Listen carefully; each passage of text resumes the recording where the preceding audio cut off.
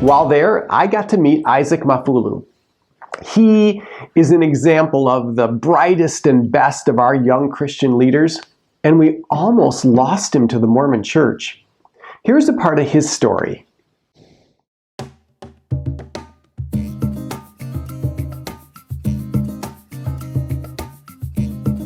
So I'm very grateful to God first for IRR and all that hard work they are doing, because and what IRR is doing is going in the deep of all this religion and deviation, and gives us true information about the gospel of this religion, and shows us that it's not Christianity. So it gives us more compassion to pray and to preach to them the gospel, the true gospel of Jesus Christ.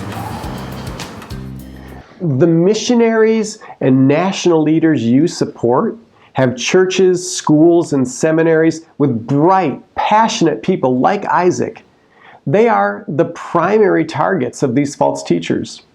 The good news is, once they are informed and equipped, they become confident and compassionate defenders of the faith. Now, other African Christian leaders are noticing the dangers as well.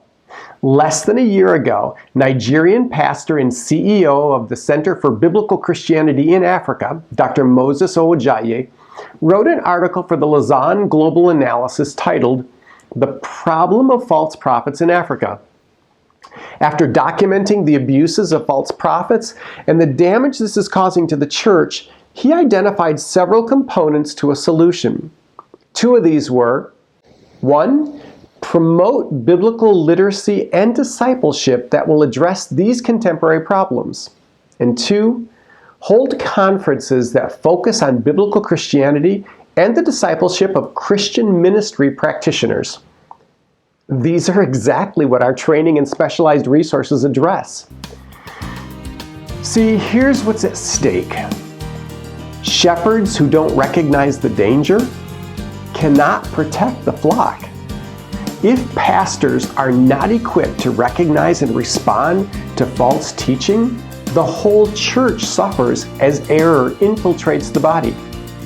Both Jesus and the Apostle Paul warned that false teachers would look like sheep, but in reality were wolves that would ravage the flock with deadly ferociousness.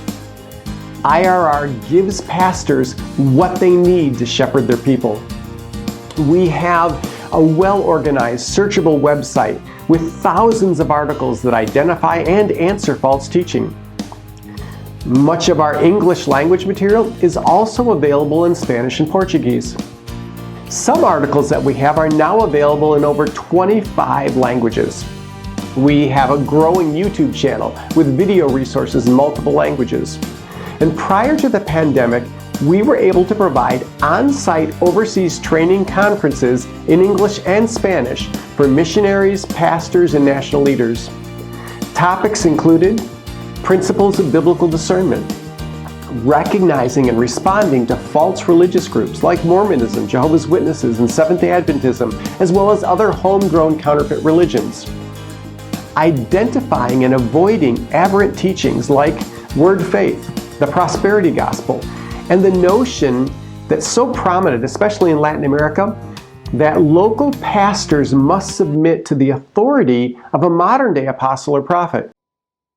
Additional topics that we've covered include servant leadership, training in biblical conflict management and resolution, as well as how to effectively share the gospel with people trapped in a false religion.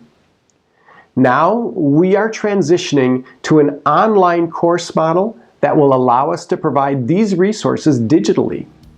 We were recently honored by an invitation to join the Horizon Educational Network.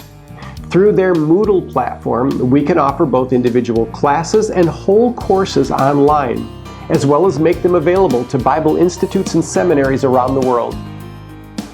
Whether our teaching is digital or in person, we can prioritize the needs of your church and your missionaries and respond to areas of need that they identify. We currently have invitations to come to Bangladesh, Cuba, Ethiopia, Kenya, Mexico, Nepal, and Uganda. Why is our content making such an impact? Well, that brings me to the second way our resources can increase your global effectiveness.